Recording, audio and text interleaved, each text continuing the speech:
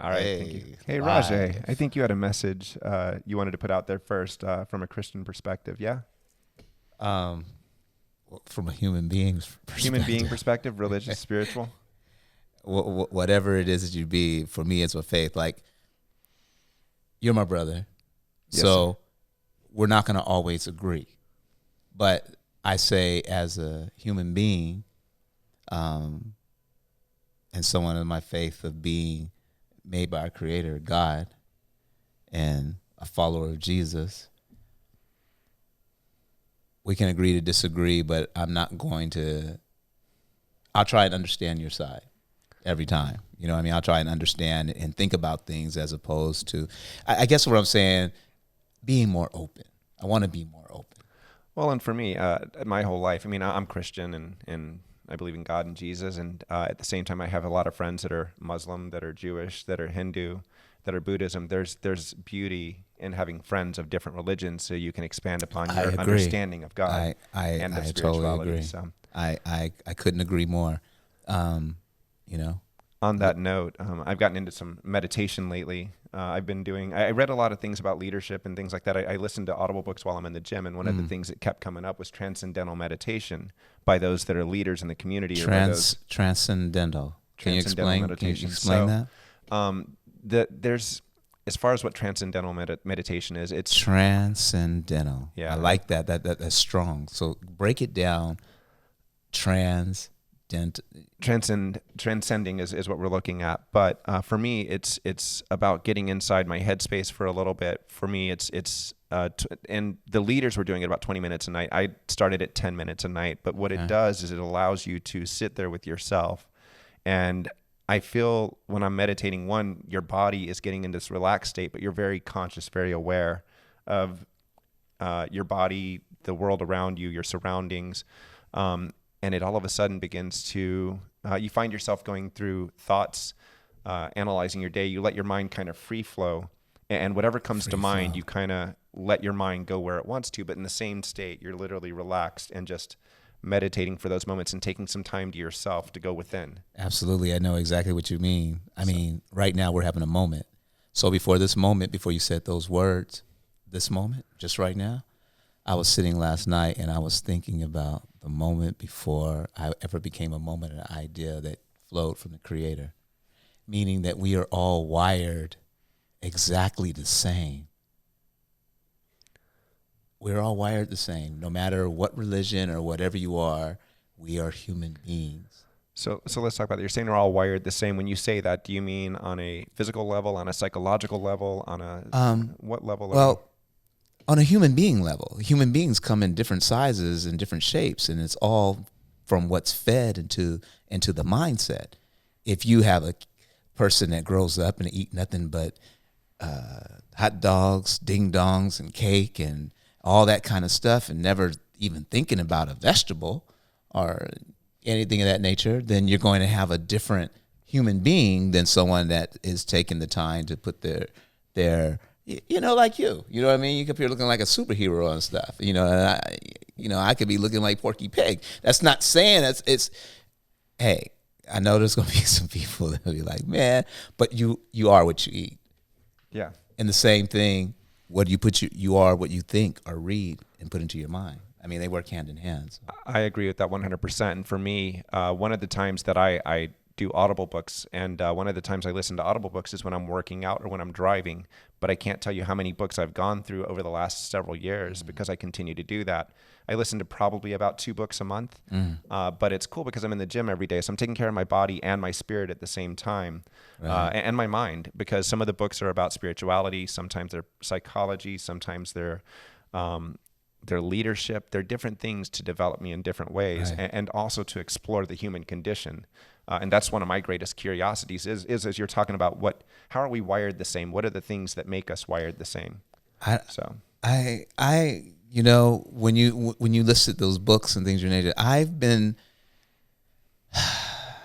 being a man who liked to be in control of his shit.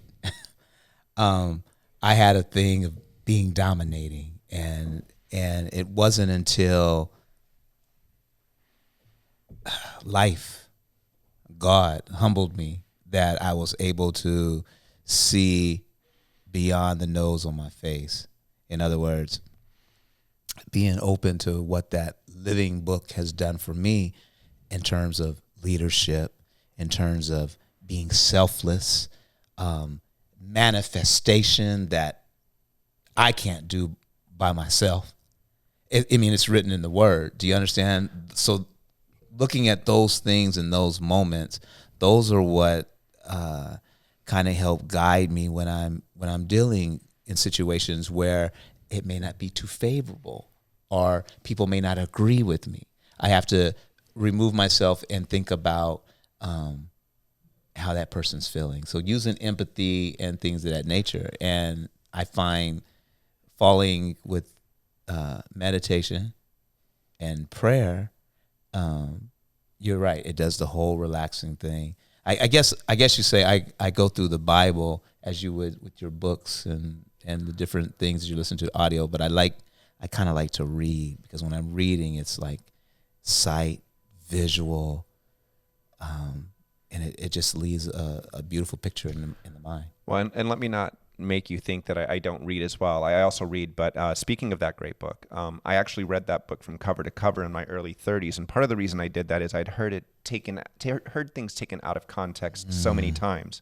I wanted to read the book for myself, and granted, that's going to be my interpretation of that book at the end of the day, but at least I have my insight, my critical thinking, my ability to read and to analyze that takes into account what's being said. So, Amen. I mean, I remember so many times throughout my life, I've heard things taken out of context, such as the don't judge people, but people don't read the rest of that chapter about making yourself better. And at the same time, we do still have societal standards that we have to adhere to. Yes. So there is a form of judging that's done, and I don't think we should shy away from that. Too many people get afraid of this concept. Well, if I judge, I'm going to be judged. Well, that's okay at the end of the day, because our spirituality, our development, it's all on us at the end of the day to decide how we're going to evolve.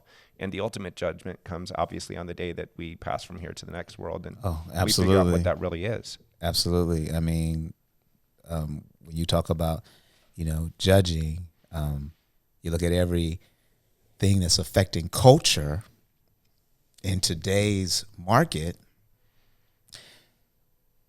and think about this through generations. In my generation, when things were happening, we were introducing MTV, all these other things that were happening. It was a new space, and Jersey Shore. There wasn't a whole lot of movement for misinterpretations, right? There wasn't. It was black or white, very little gray, if you will. And the gray kind of had this voice, and the gray became more colorful. And I'm talking about emotionally. I'm talking about the emotional. That's where the root in any fight like war is that compromisation, or that objective that's coming from both those sides that's causing that friction. Would you agree? I would agree with that. And I think what happened is we began to find that there were a lot of things in the middle that were kind of undiscussed topics that a lot of people had thoughts about, but nobody ever discussed, well, how do we define that? How do we reach out to those other sections of life that we consider off topic or off limits or things? And so I do think that we began to explore that and began to develop that more. And we can see that through society as we begin to become a much bigger melting pot in terms of the whole world, because of what social media and what the internet has done to bring people across the globe together. Right. I know one of the beautiful things that I find, and I've read history on India, Asia, Europe, North America. I'm working on South America and things like that because I want to see how things come together. There are different cultures. And so this internet has enabled us to explore that middle ground that used to be gray more in-depthly with people, because now we can reach across cultures, we can reach across countries. Let me ask you a question, and I agree with that. That's helped. But have you physically went to any of those cultures? I've been to Europe, and I've been to Manila in the Philippines. I've gone down to Mexico several times. I'm actually bilingual, so I speak Spanish as well. That's the point I was getting at. The fact that you've been there. There are a lot of people that speak on things that have never actually tasted it. Do you understand what I'm saying? And unless you've been there physically, like I too have spent time in Europe and spent time in Africa and things of that nature. I've been there on the ground. You know, I've walked, I've ate the food, I've been immersed in the culture. I lived in London for 2 years. That was my resident. You know, when I was teaching at a boarding school, Buckswood Grange, and being there, not what I read on the internet or what I, saw, but to be there immersed in it was priceless. Oh, man, I used to take my son to Europe, and we went to Europe 4 or 5 times when he was younger, and London was one of those cities we went to. And to your point about being immersed in the cultures, I mean, we went to France, Spain, Italy, and Germany as well. But when you're actually there to be able to touch things, I mean, I know that there were signs that said, don't touch, don't touch. And I told my son, I said, listen, I'm not saying frickin' rub your hand all on it, but I read about this stuff in books when I was a kid, but I never got to interact with it. I said, you're here now, touch it. So there's a door in London that is 1,000 years old. It's from 1000 AD. And so we went there, and I said, touch the door, because this is a part of history that not everybody gets to see. Sure enough, in college last year, in his class, they bring up the door from 1000 AD, and he goes, I touched that damn thing. Like, I touched the door. That's beautiful. See, moments. And that is the beauty, is being able to say, I experienced it. I tried the food. There was some food in England, I'm not going to lie, that I was like, oof, okay, that's what they're talking about. No, for real. Ooh, no flavor. All right, good. Yeah. Going back to San Diego to get those carne asada burritos. Hey, fish and chips in London, though, with the mayonnaise. Ooh, all right, that you got all that bread and then a little sliver of fish, but all that fried stuff tastes good, man. When because it's cold there, so you need to stay warm. You got to remember my fitness kicks, and so I was like, all right, it's either fried food or stuff that I may not enjoy as much. So. Exactly. But kebabs, shepherd's pie as well. That was kebabs. Good over there. Oh, I like kebabs. Kebabs are good too. I like kebabs. Yeah. Like if you was an Uber driver and you lived in London or did Uber Eats, it's a kebab on every corner. Kebab, kebab, kebab, kebab. The kebab meals there are just fab. Another dope thing in London that I loved is, the Globe Theater from Shakespearean times, right? Yes, sir. It obviously burned down or whatever. It was destroyed, and they rebuilt a version of it in 1998 or whatever. So my son and I got to go there. Now, we didn't get to watch a play because we went during a time when there wasn't, like, it was one of those days where we only had a couple of days left. You're like, what else can we do? And you're like, oh, let's go to the Globe and see it. So we got to go in there and sit down and at least see what a Shakespearean play was like for a moment. But that kind of stuff, when you go to other countries and get to experience that, that's fantastic. Yeah, trust me, Shakespeare in the Park. I mean, really done in the park in London. Hamlet. I saw Hamlet.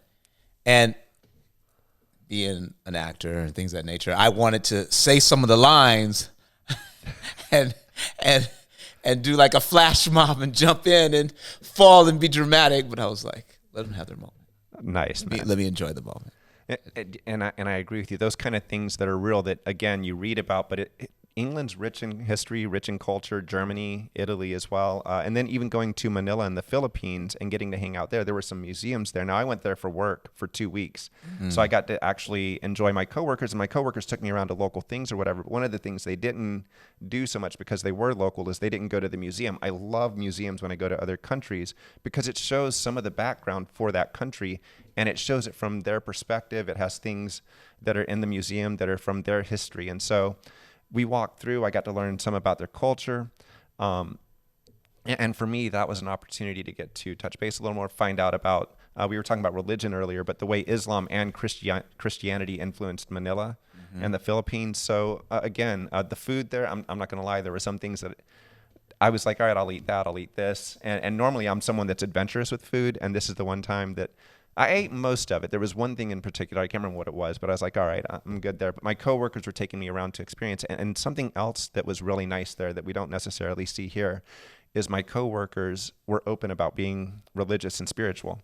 And so we talked about God. We had prayer over the food. They asked me if I would say the prayer as a leader over the food. And it started out with 2 people, but that grew to 4 and then 8. And then basically a lot of people from the office, about 20 people on my last day, were like, hey, let's say a prayer. We're holding hands. They have me say the That's prayer and lead beautiful.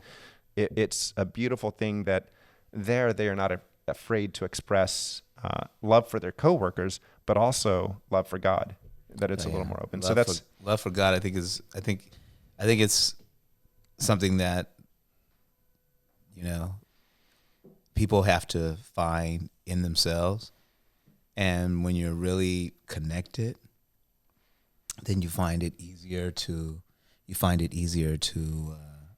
live that way and stuff. And that's kind of like where, if we had a temperature gauge on where things are, in terms of life, if I was looking at myself individually, I find myself being less hot.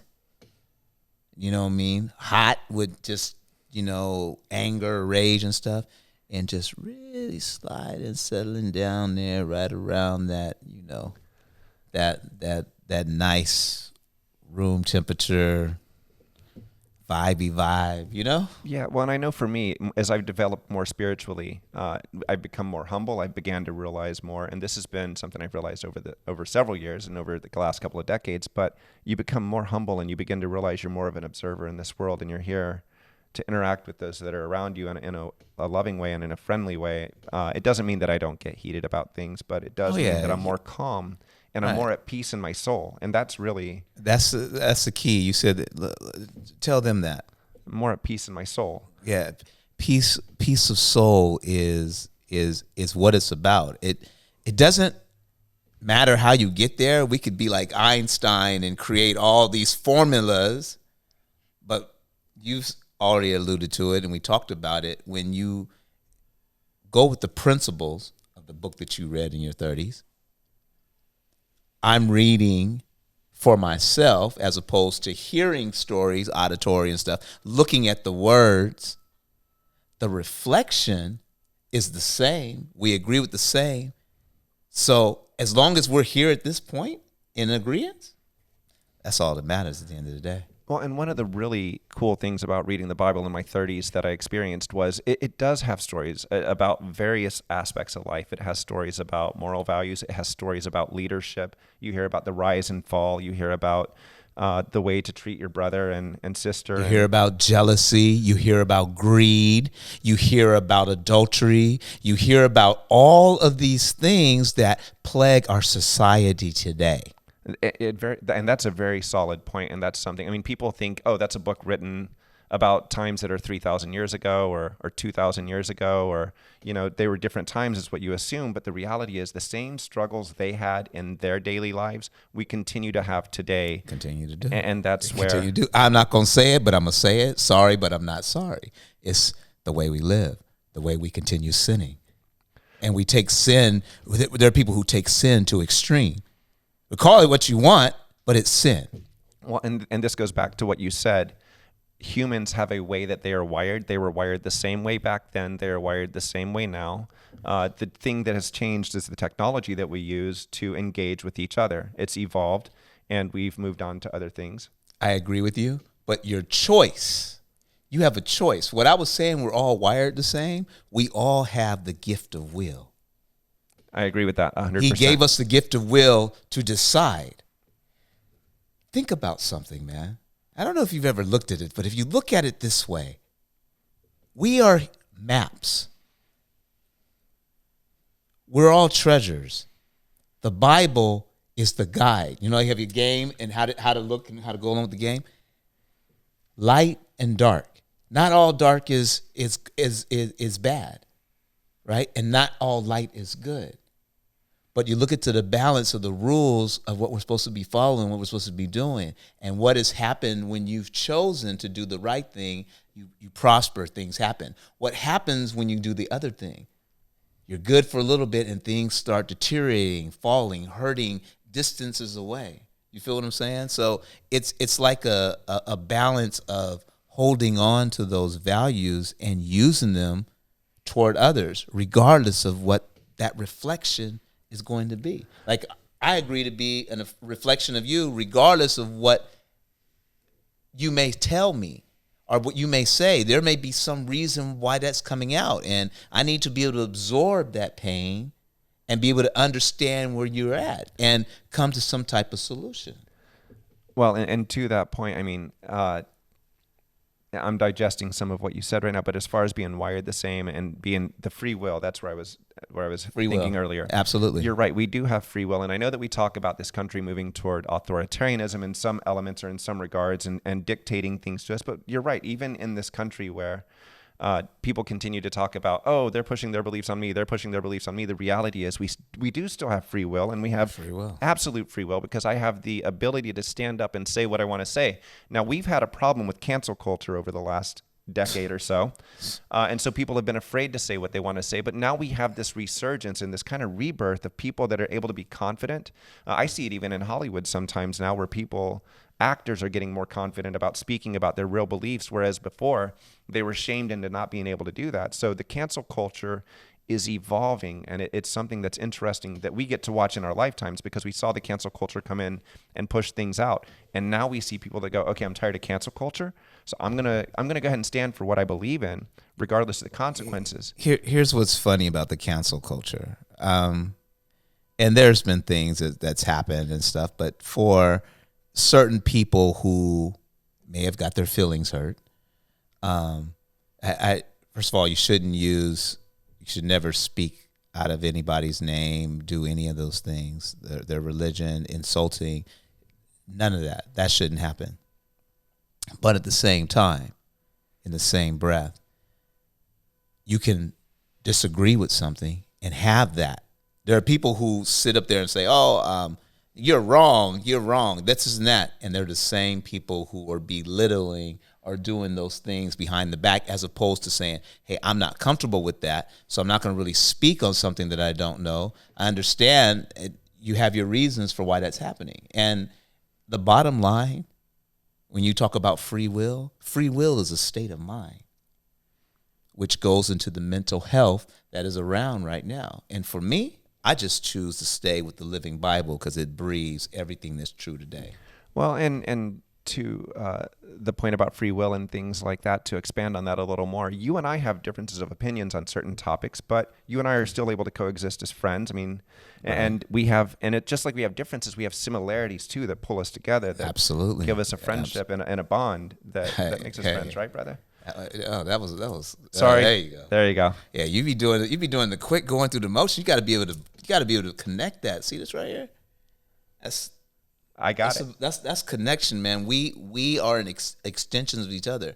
Even like our brother that was here earlier. In fact, Vincent. He's still here right now. He's on the other side. He's with us. He's with us. He went to the other side. He's sitting right there, but to the other side, not spiritually, physically. but he's still here. The tech man has so many valid points of life. Like, to me, every voice is important. Being able to be heard, being able to speak your truth and breathe that is such a feeling. Not to argue, like, okay, you speak on how you feel, and that's how you feel. I can't be mad and change the way you feel because you don't feel like I feel.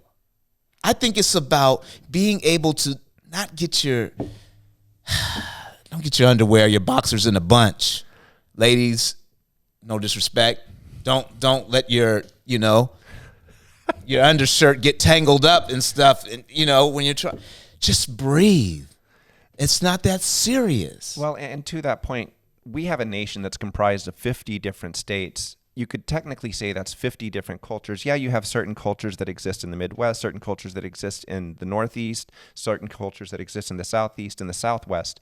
But even within those cultures, they're kind of broken down as well. So you have all these people that believe differently. And so we have to have respect for each other's beliefs, because absolutely. I can't expect somebody that I meet on the streets to believe exactly like I do, because they haven't had the same life experiences I have had, nor have I had the same life experiences they've had. So I can't speak to them, but I can't speak about their experiences, but what I can do is engage them in conversation so I can better understand where they're coming from. You know what? We can do a better engagement than that.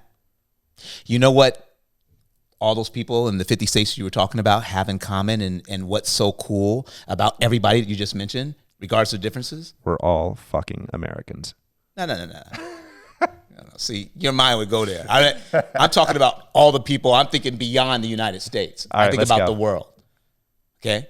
Regardless of where they are. You said all 50 states. I was right there. Now we're extending. No, I'm saying I get 50. You know I think beyond, man. Come on, don't get me mixed up with this Einstein stuff.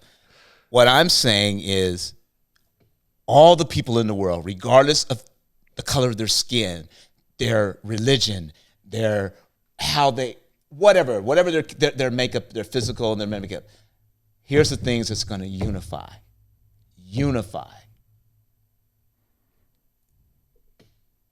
Feeling, tasting, seeing, hearing, and seeing. Smelling. I was about to say, which sense did you leave? Smelling. We all, to put people together, people love to eat. You put food, you bring elements, have people come in. We all have those some elements. People get hungry, they want to eat, they get thirsty. Sit down at a table and let's all talk about things that concern this world. Now, I agree with that 100%, but let me add to that. This is where we have barriers that come up that result from the cancel culture, and it becomes the phrase cultural appropriation versus cultural appreciation. Those are two completely different things, and we can't culturally appreciate if we're not allowed to participate or to enjoy. And so I think too often we use the term cultural appropriation to stop people from appreciating. And it's not appropriation. It's not appropriation because here's the reality. If I am going to do something to myself, whether it's cooking, whether it's styling my house a certain way, whether it's styling my clothes a certain way or whatever, I'm not doing that because I'm appropriating or making fun of somebody. I'm doing that because I'm appreciating their culture enough that I want to wear it. For instance, someone in India, one of my coworkers, Sorry, I'm listening to you. I just got okay. a text here from one of my people asking about somebody, my cousin. All good. So, for instance, my staff or my coworkers and peers in Bangalore, a few years ago, someone was coming back from there. They sent a few gifts directly from India. So I had a scarf. I had masala powder that someone's mother had made. There were a couple of other things in there. When I went to Manila in the Philippines, they gave me some of the things from their culture to enjoy and to appreciate. And again, too often I think that when people see you appreciating, they mislabel it appropriation. It's not appropriation. How am I supposed to be able to enjoy or to learn about other cultures if I can't experience those other cultures? I think there is a difference. I don't disagree, but we've got to be careful about labeling too many things. Yeah, my experience was different. When I went to other cultures and stuff, I mean, I have to look at it from a perspective of, I dated in another culture, actually in the culture of that land, and it was beautiful. Like I said, I love immersing myself in the experience of getting to know the place that I'm dwelling in, to have a sense of comfort, to where when I went abroad, I went by myself. There was no tour guide. There was no, I was, here I go. Yeah. You know what I mean? And it was, a girl went with me, of course. But here we go. She wasn't with you for long after you got there, or what's up? Oh. She went with you? How long till she came back while you were still there? Let's just say this. We have a child. All right, so she was there with you for a little while is what you're telling me. Well, I mean, we were there longer than we expected to be. Can we take an intermission? I got it. Oh, yeah. Oh, on the 29th minute. All right. So we got like one more minute? Well, Can you hold it? I cannot hold it. I'm sorry. I have to break here. We have to completely disagree. I have to use the book. All right, brother. Oh, please put that on camera. Just set it on the table. He's got this. Hold up. Yeah. Hey, don't tempt me because I will. What's the holding capacity of that thing? We about to find out for real. Nah, just. All right. It's a pee pad for those of you that can't see that. Thank you so much for listening today. Yes. This is Ragé and Christopher. Hey. Thank you. Love. Lots of love. God bless. Oh my gosh. Woo!